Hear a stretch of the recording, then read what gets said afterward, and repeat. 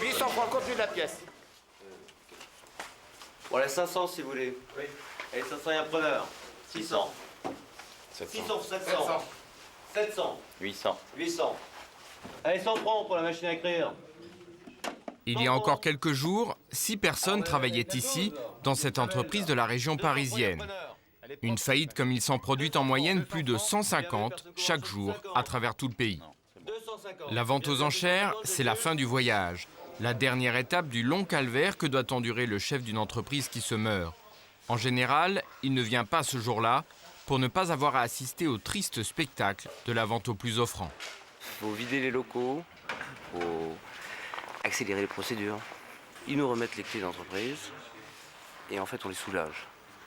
On les soulage parce qu'ils n'ont plus cette responsabilité de ce local, de ce qu'il y a à l'intérieur. Et puis c'est une façon aussi de se dire, bon bah ça y est, je suis au bout de mon calvaire, parce que généralement ils ont traîné pendant 6 mois en étant pourchassés par les banquiers, en étant pourchassés par tout ce qui est les salariés qui veulent être payés. Bon, vous voyez ce que je veux dire, c'est un peu quelque part une délivrance.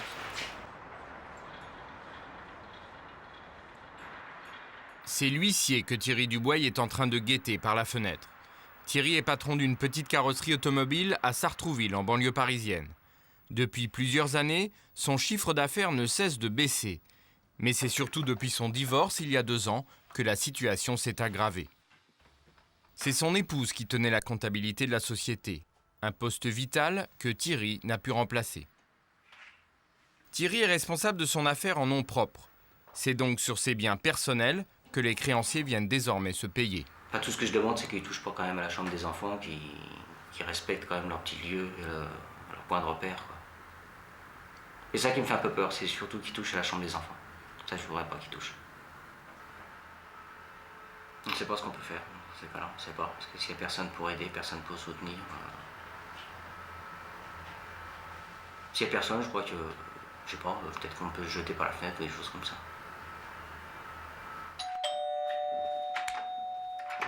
Bonjour monsieur. Madame ? Oui. Bonjour messieurs. Avec plus de 500 000 francs de dette, principalement au Trésor public et à l'URSSAF, Thierry a été contraint de déposer son bilan. Ce qu'il ne sait pas au moment de la visite de l'huissier, c'est qu'en faisant cela, ses dettes sont immédiatement gelées jusqu'à ce que le tribunal de commerce statue sur son cas. Ce n'est pas aujourd'hui que l'huissier chargera son camion.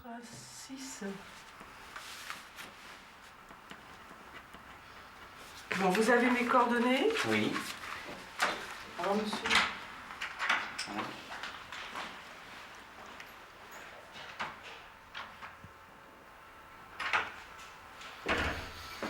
Bon, ben.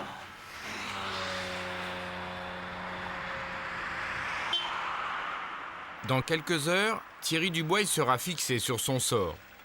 Comme tout chef d'entreprise déposant son bilan, Thierry est convoqué devant le tribunal de commerce. L'audience a été fixée à cet après-midi. Le tribunal décidera alors si la carrosserie doit être liquidée ou si elle peut encore être sauvée. Dans ce cas, elle sera placée en redressement judiciaire le temps d'une période de sursis pendant laquelle Thierry devra prouver que ses affaires peuvent repartir. Vous y pensez souvent, vous ennuyez quand vous travaillez comme ça? Oui, des fois, ouais. Moins concentré sur ce qu'on fait, surtout quand il y a une voiture qui s'arrête devant. Si on voit un monsieur avec un costume, avec une petite mallette, alors j'ai dit ça y est, qu'est-ce qui se passe? Qu'est-ce qui va encore m'arriver? Ça, ça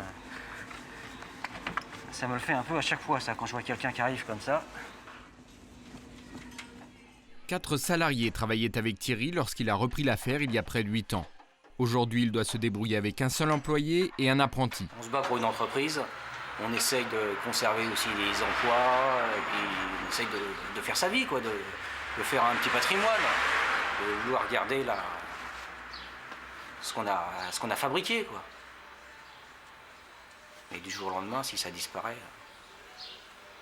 Comment vous allez réagir si c'est liquidé? Je sais pas. Là déjà, ce matin, j'ai quand même pris beaucoup de calmants, parce que ce matin, je tremblais de partout. Je sais pas ma réaction. Dans 4 heures. Dans 4 heures, ça va être vraiment le moment décisif. Alors j'espère qu'ils vont me donner quand même une réponse très très rapidement parce que vivre une journée comme celle-ci, je ne peux pas en vivre une deuxième.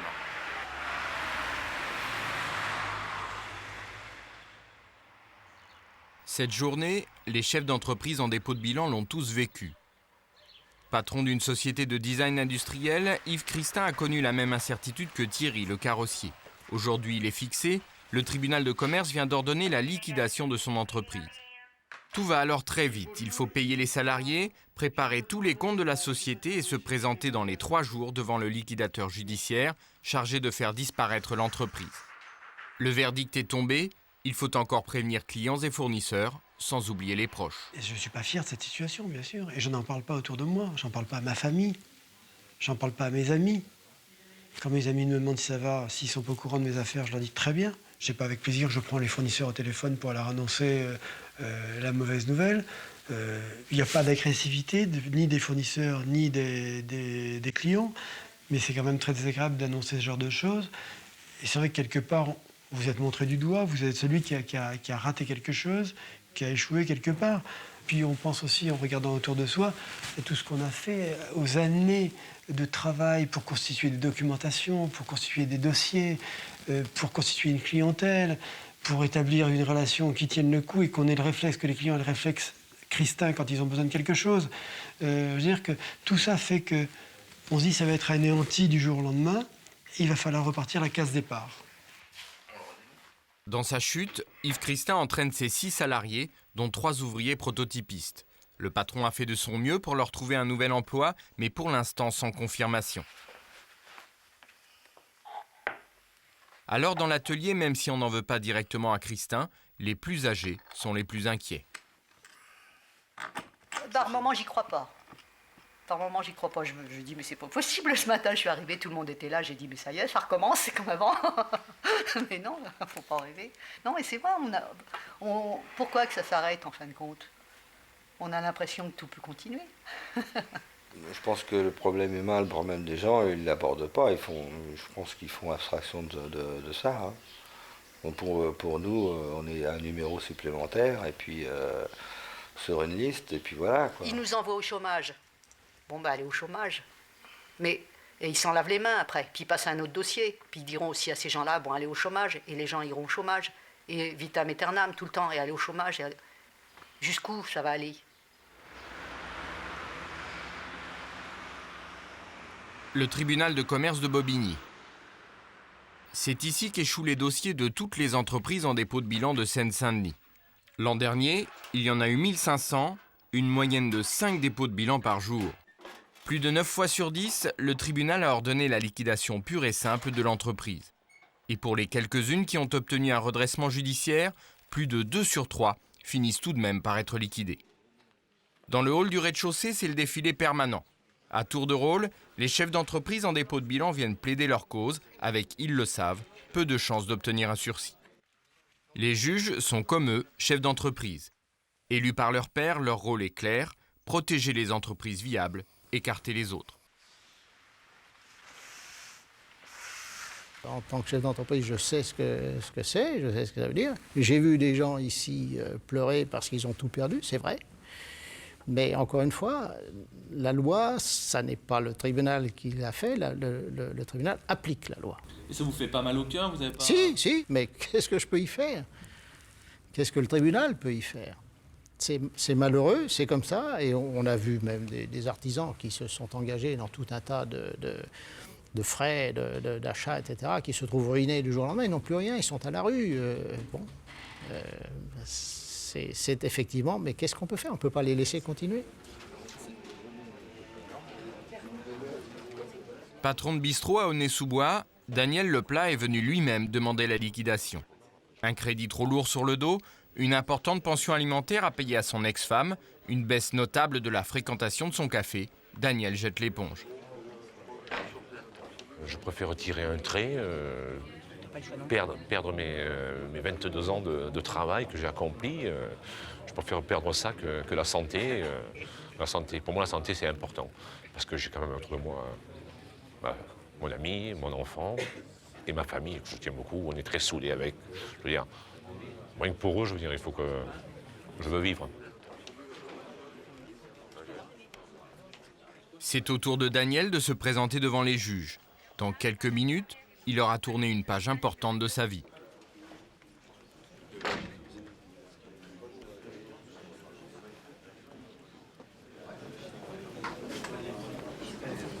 C'est sûr qu'il va avoir le moral à zéro, puis sa fierté, elle prend un coup. Hein. En espérant que ça aille mieux. Ouais. Ça aille mieux.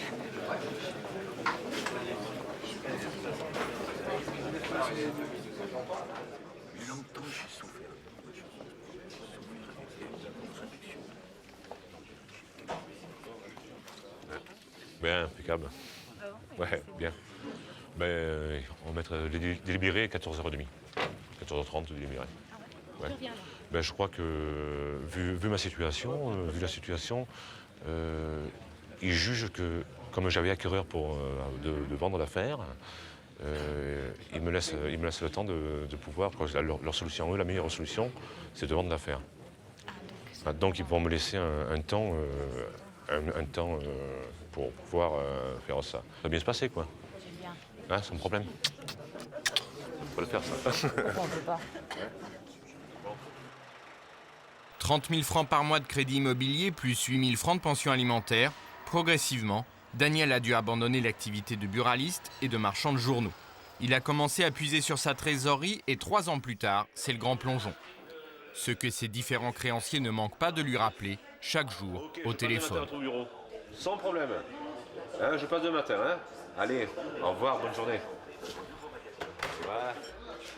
Ben, sans arrêt, vous avez des coups de téléphone, sans arrêt, c'est les relances, sans arrêt. Bon, c'est un peu un casse-tête, quoi. C'est-à-dire ça prend quand même un peu la tête, quand même. Hein. Bon, les gens savent que vous êtes en difficulté, ils sont là tout le temps à vous harceler tous les jours, les coups de téléphone à droite, coups de téléphone à gauche. Hein, toujours faire des courriers, c'est pas évident, c'est vrai quand on est tout seul dans une situation comme ça, c'est pas évident de s'en sortir, c'est vrai, c'est assez dur quand même. Bon, maintenant je dois être à peu près à 800 000 francs de dette. 800 000. Avoir moins de dette, c'est pas possible. Quoi. Parce qu'en ayant ces 800 000 francs de dette, je veux dire, j'ai tout fait pour pas les avoir. Hein. Et tout en faisant pour pas les avoir, j'ai quand même 800 000 francs de dette. Donc c'est qu'il y a quelque chose. Quoi. Il y a un truc qui se passe, c'est que je peux pas donner ce que j'ai pas, je veux dire. Divorce, dépression, dépôt de bilan. C'est ce que l'on a coutume de nommer la règle des 3D. Une épreuve que beaucoup d'artisans en difficulté ont la malchance de traverser. Et c'est vrai qu'au départ, bon, on a envie de tout casser. On fait des dépressions au départ. Et là, c'est vrai que, il faut dire la vérité, bon, pendant les premiers mois, j'en ai pleuré, j'en ai pas dormi la nuit. Et puis, en définitive, bon, maintenant, je prends ça un petit peu, bon, un peu à légère, si on veut dire. Quoi. Je prends ça avec le sourire, parce que maintenant, quand je vois arriver le facteur, il me dit sans arrêt, tiens, Daniel, recommandé pour toi. Je savais que tu allais me recommander. Je ne suis pas étonné, je veux dire, tous les jours, c'est des recommandés, des harcèlements et tout ça. Bon, et on finit par s'habituer, en définitive. On s'habitue, quoi.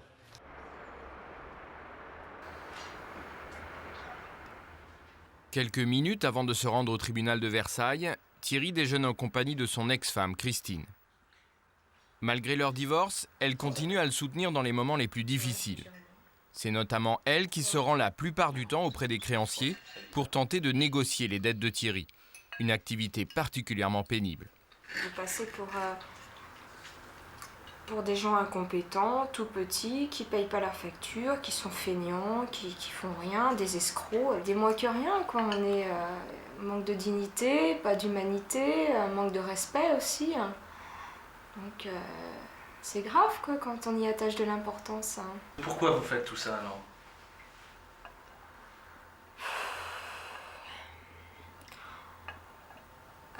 Je le fais parce que c'est vrai que cette carrosserie, j'y étais partie prenante au départ.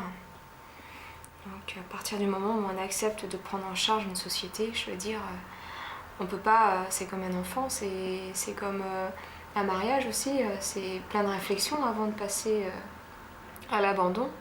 Puis parce que c'est le père de mes enfants, que psychologiquement c'est hyper important d'avoir un père qui garde toute sa dignité. Donc c'est important pour eux qu'on puisse aider leur père à s'en sortir. Voilà.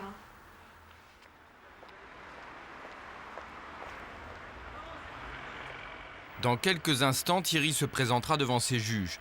Il n'aura alors que quelques minutes pour défendre son dossier.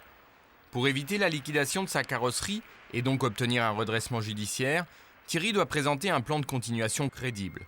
Il doit expliquer aux juges comment il compte s'en sortir. Ça va faire 8 ans quand même que je me consacre à mon entreprise. Si en 10 minutes, il faut que je me défende. Surtout que c'est sans appel, sans rien. Je trouve ça quand même un peu juste. Hein. C'est pour étudier un dossier.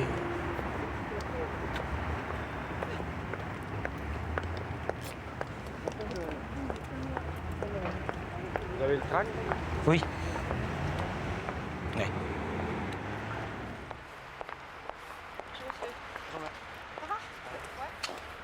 La loi autorise Thierry à être assisté d'un avocat.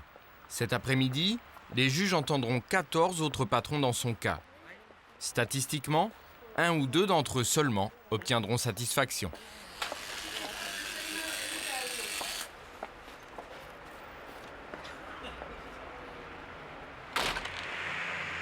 Le siège d'Eversteel, une société spécialisée dans la fabrication de fauteuils et de canapés.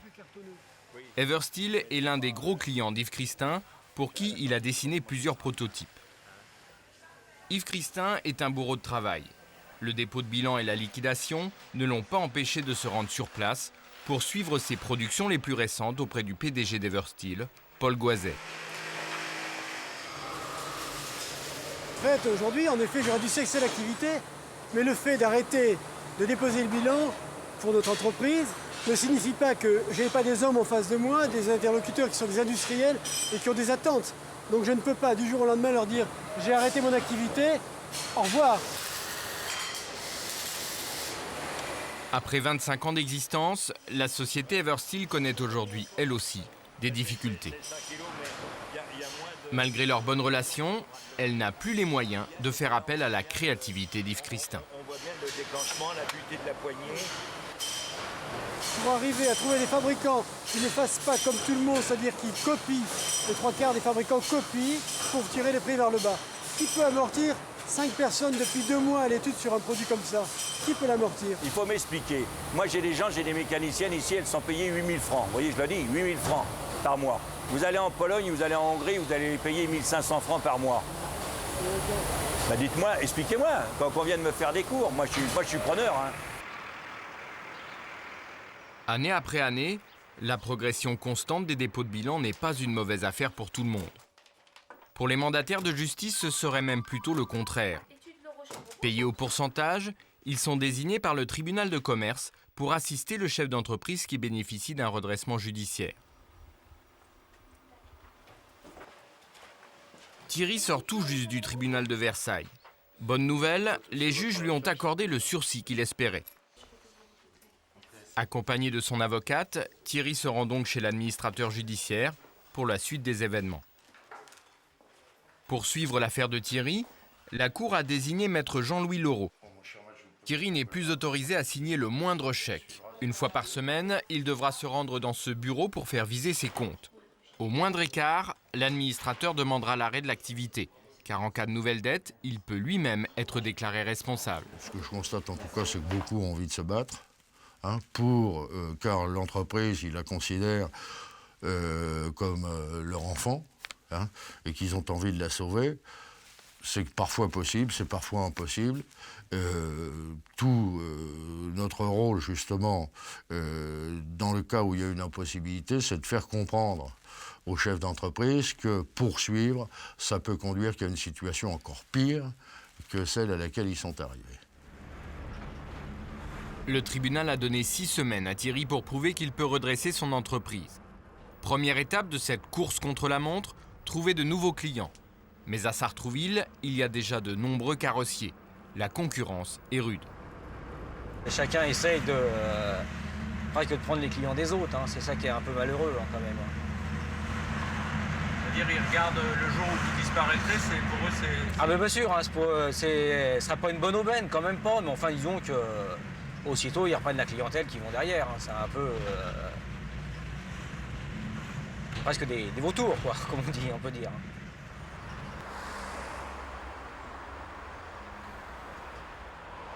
Je peux vous laisser quelques cartes.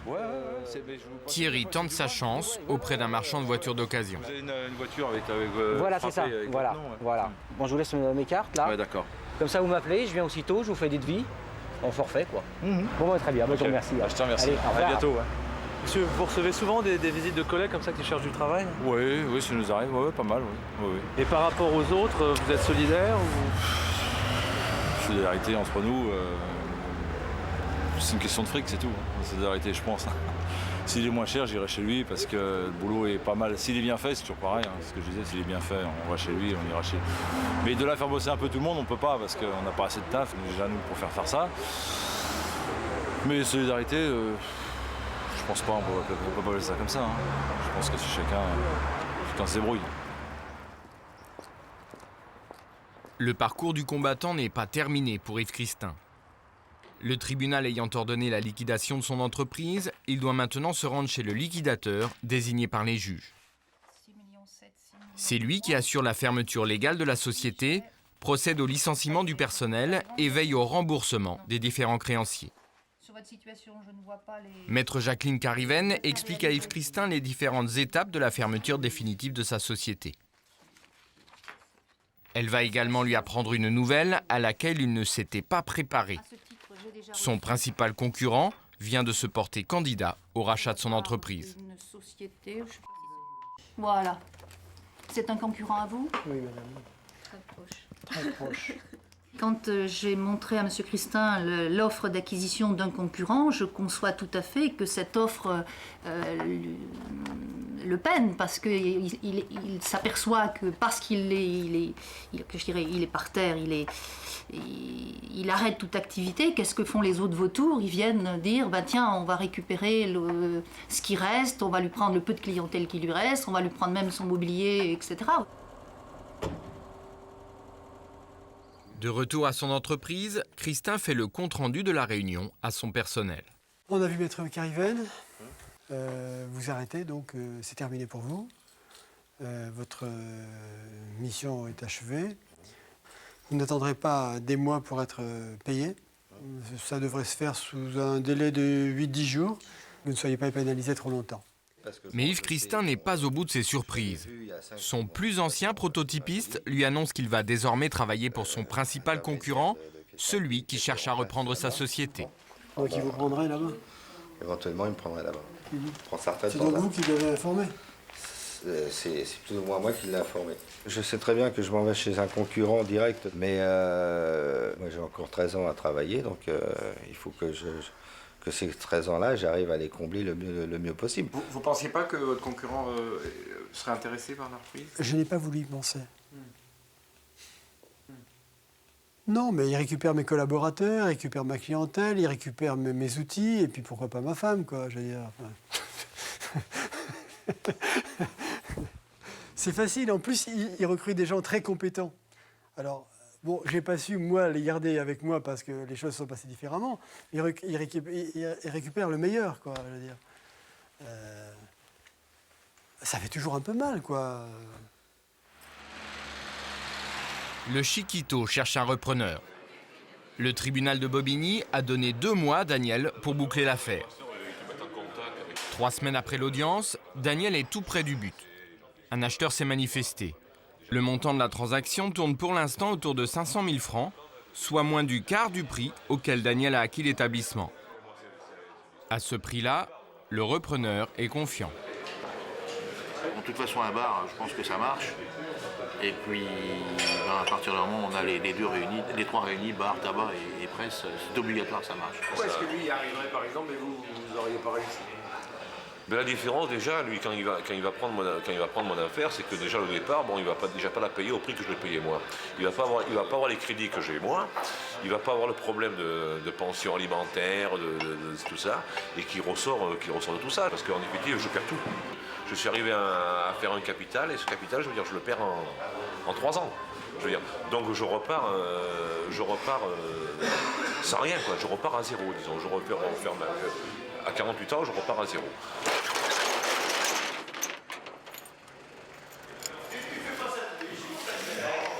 Combien vous avez pensé la dernière fois que tu as fait ça, ranger le dernier jour? Ben, je crois que le dernier jour, ça va me faire, oui, ça va me faire quelque chose quand même. Hein. Il faut dire qu'on a fait ça pendant 6 ans. Hein. Alors quand on arrête ça d'un seul coup comme ça, ça fait, évidemment, ça fait quelque chose. Quoi.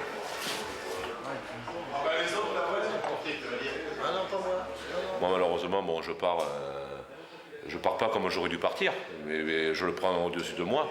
Je me dis, bon, ben, hein, tant pis, hein, c'est comme ça, la santé, et puis bon courage à mes repreneurs, quoi. À l'heure de la diffusion de ce reportage, Daniel cherche toujours un nouveau travail. Thierry, le carrossier, a obtenu un nouveau sursis. Quant à Yves Christin, après un passage chez Eversteel qui a déposé son bilan à son tour, il cherche aujourd'hui à remonter une nouvelle affaire.